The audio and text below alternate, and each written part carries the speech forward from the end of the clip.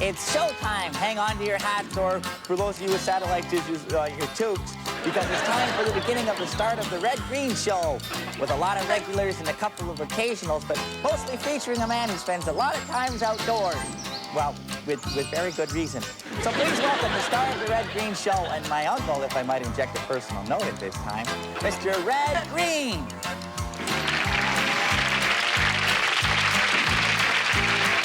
Thank you very much. Thank you, Harold, and welcome to the show. And especially thank you for tuning us in, because without you, I'd just be talking to a wall. Which reminds me of a story. Last weekend up at the lodge, Stinky Peterson was doing everything in his power to try to get old man Sedgwick's goat, not realizing that Sedgwick had given the goat away to help settle a card game dispute that involved a deck with 7 aces in it. Excuse me, Uncle Red? As your producer, director, slash concerned nephew, it just behooves me at this time to mention that the story you are articulating somewhat is a yawner, actually a slash side issue of this particularly important juncture in the program. Oh, really, Harold? So what do you suggest? Well, I was wondering if many of the viewers have noticed this piece of equipment hanging around my neck slash throat. It is an electronic effects machine that enables me to do this. So I can go to a more interesting segment, which, has every opportunity and possibility. Oh, this is my show, Harold, and we won't go to the next segment until I say so. Oh, yeah, well, yeah, sure, right. As I was saying, Stinky Peterson was determined to play a practical joke on old man Sedgwick, and old man Sedgwick was asleep by the wood stove. In fact, he had his legs wrapped right around it and had his face up against the chimney. So Stinky sneaks in there, and he opens up the stove, and he drops in a box of firecrackers, and he puts the lid back on, and he goes into the next room, and then he waits, And then he comes back in, and he opens up the stove, and he takes the firecrackers out, and then he starts a fire, right? And then he puts the firecrackers in, and then he goes into the next room, and then he waits. Well, after about 10 seconds, they all go off at once. Booms and bangs and Roman candles zinging out through the cracks in the stove, But didn't even wake old man Sedgwick up. He lay there with his eyes shut, big smile on his face until it was all over, and then he said, "How was it for you?" Oh, no way, Uncle Red. As if that didn't happen like that. Not like that anyway. Get out of here. No way. Wow. All right, I was embellishing. For the good of the show, Harold. Oh, excellent, like hype. Oh, okay, yeah, all right, okay, I'm with you on that one. Anyway, Stinky Peterson kept playing practical jokes on old man Sedgwick the whole evening, but the old guy never got riled. I mean, even after dinner there, where he was scraping the shaving cream off of his pie, he said to Stinky, Stinky, if you want to grow old gracefully, you got to find a way to just accept life and not get upset about pranks, And Stinky was still mulling that over when he went to bed, and then found out that his sheets and his mattress had been Frenched. But he didn't really notice that because his pajamas were so full of itching powder, and then, of course, the bed collapsed, and he went right down through the cutaway floorboards, bounced off the Naugahyde recliner out through the front window and head first into the septic tank. And old man Sedgwick yelled down to the septic tank, "Oh, yeah, revenge is good, too." Live and learn, and the doctors say you will. Anyway, if my wife is watching, I'll be coming straight home, and I'm bringing another bunch of flowers tonight. I do this a few times a year because I'm really not too sure when our anniversary is, and this way everybody wins. So, thanks for watching the show, and until next time, on behalf of myself and Harold over here and the whole gang up in the lodge, keep your stick on the ice. I was watching a stand-up comic on TV the other night, and I noticed a funny thing. It wasn't his act. Comedians don't tell jokes anymore. It's all observations now. And there's a difference. If someone says you put on a few pounds, that's an observation. If they say they just picked you out on a satellite map, that's a joke. But the sort of jokes I really miss are the classics. The ones that start with something good like, 2 penguins walk into a bar. Or Elmer Fudd and Heather Locklear are fly fishing. Or a lawyer, and then pretty much anything after that. And a joke is supposed to have a punchline, like, "I've heard of smoking your bratwurst, but this is ridiculous." Or, "Sweetheart, I was talking to the duck." Or, "That's not the canoe, but keep paddling." Somewhere along the line, jokes fell out of fashion, and I think it's high time we brought them back. And I'm not the only one who feels that way. Take my wife, please. Remember, I'm pulling for you. We're all in this together.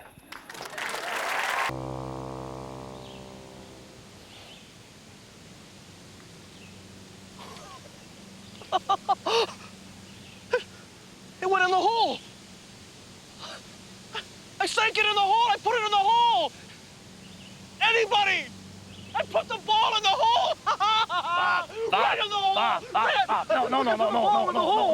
no, Bob. Your ball's back there. It's in a groundhog hole. I put that one in there. You know, like a little joke.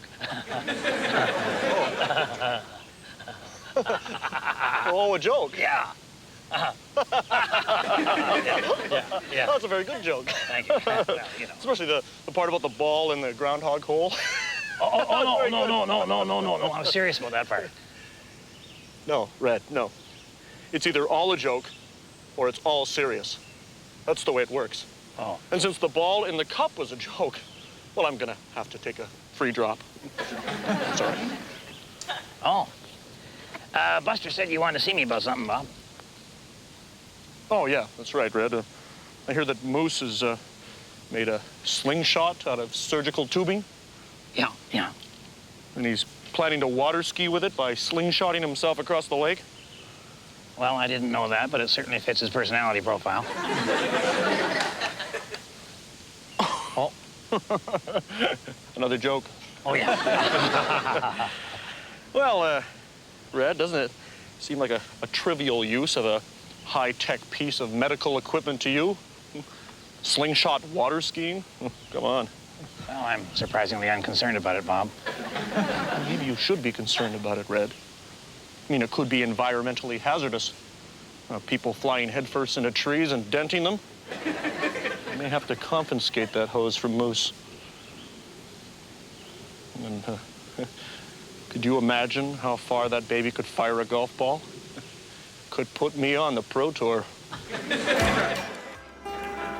Okay, I got it. Bernice is going to forget all about moving south. I got a way to make her want to stay in Possum Lake all winter.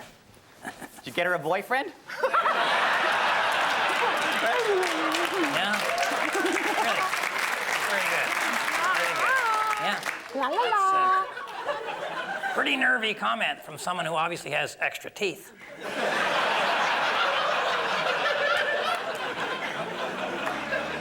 Just a joke. Yeah. Just a joke. Come on, you can't take a joke. It's a joke. Harold, I work with a joke. That was a good one. That was good. You work.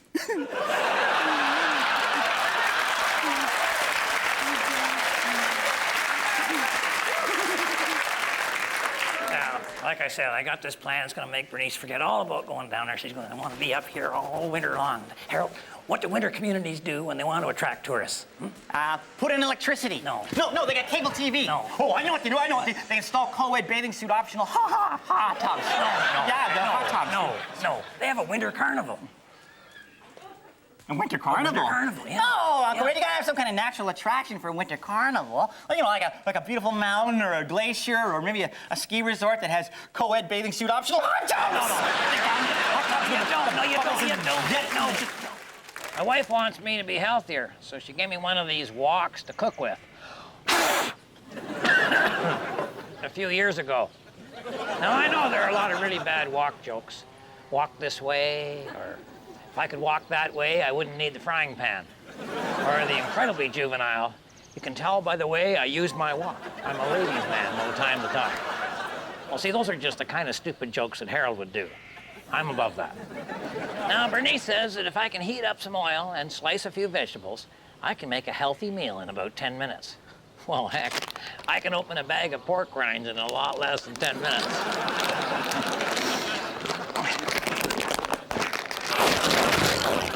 Okay, the point is, maybe I should give this healthy cooking a try, but I'm telling you, cooking one meal at a time, I don't think that's gonna make me healthy. And my doctor agrees with me. He told me I could use a big walk every day. See with this, baby? I can make a whole month's worth of meals at one time.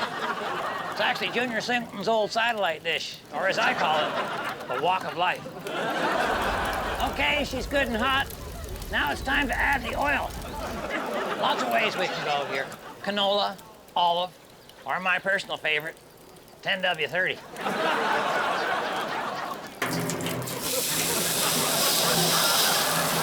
Golly, a meal that smells like a stock car race.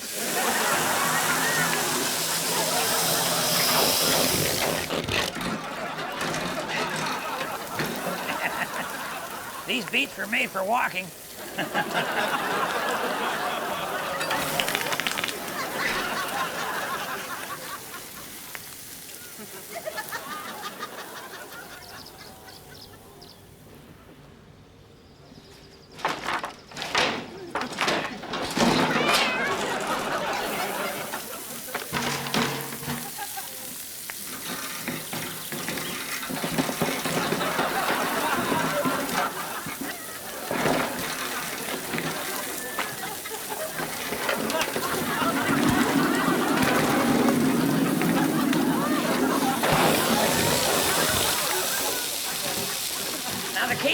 Frying is to stir while you're frying. I figured that out myself, actually. Man, it's getting pretty hot here. Oh, yeah, and also, you don't want to scratch your super wok, so make sure you use something plastic. Remember, women don't find you handsome. They should at least find you healthy.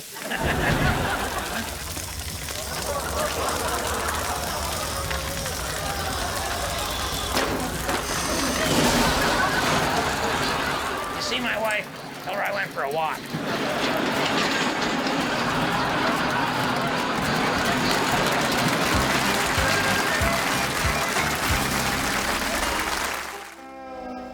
Wow, this water pump thing is causing a real stir around here. Douglas says we can't afford a new pump, but the old one's held together with string and chewing gum, which actually fluoridates the water somehow. But now Buster Hatfield and Old Man Sedgwick, they want to go back to the way things were with no water system, no telephone, no electricity. Well, what am I supposed to do? Play Nintendo by candlelight? No, thank you. You know, Harold, the simpler things are, the less there is to go wrong. At least that's the rule. You're the exception. Personally, I think we should let Helmut go ahead and try and fix the pump because he's got his mind set on it. And I don't really want to argue with anybody who's larger than my van. You know, Uncle Red, I was down at Murray's store, and he says he'll sell us like a water pump that has a service plan and a warranty. Well, does it include life insurance for you? Well, why would I need that? Because you're the one who'd have to tell Helmut. No! No, you send somebody that nobody likes to do that. Murray? That's the one. Ah, you're looking pretty good there, Douglas. Oh, hello, Red. Thank you. I'm just trying to keep the resale value up. Yeah. I'm not that I'd ever sell her. No. When's the last time you waxed your van? Well, I run into a beehive one time. Well, it's a pride thing, Red. I take great pride in my car. Well, that's tough to do with a Nash. It's not a Nash, it's a Gremlin. Is that your idea of a joke? No, I think this is Detroit's idea of a joke. Well, I'm not about to argue taste in cars with a man whose truck is painted like a 20-foot road. Well, actually, Douglas, I'm just here to talk to you about the new water pump. How much money have we got in the lodge, kitty? I'm not telling you. And the reason I have a treasury is because I don't let anybody know how much is in there. That's what makes me the best treasurer this lodge has ever had. So it's under $100. Way under. Well, then it doesn't matter whether we repair the pump or replace it. We can't afford to do either one. Not from the kitty.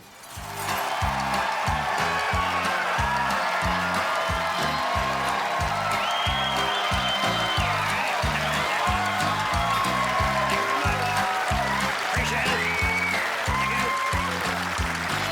Thank you. Big week up at the lodge this week. Thanks to a wave of unbelievable luck and my ability to negotiate, I am now the proud owner of the Possum Lake Motel.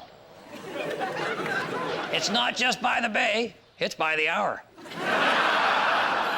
Uncle Red? Yeah? Have you been borrowing my CDs? Not lately. The skeet thrower's broken. You know, because Bonnie and I were trying to pick out music for our wedding. Oh, yeah? Well, I would suggest Send in the Clowns and Who's Sorry Now?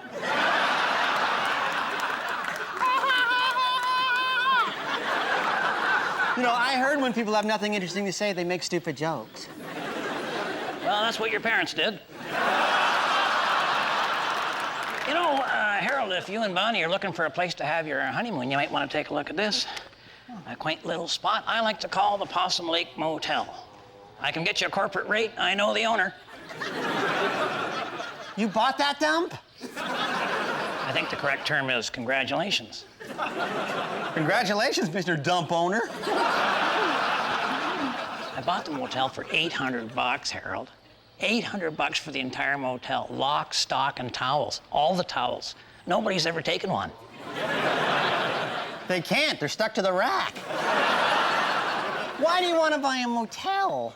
$800 for a motel? I mean, the land value alone's got to be 50 grand. That's called business savvy, Harold. Yes, yes. But you didn't buy the land, just the motel. What? Yeah, excluding all lands. And it says you have 24 hours to get rid of the motel because the landowners are actually going to build a new resort. So instead of them having to pay thousands of dollars to have the motel torn down, they got you to do it for free, and you paid them $800 to do it. Yeah, that's business savvy. Yeah.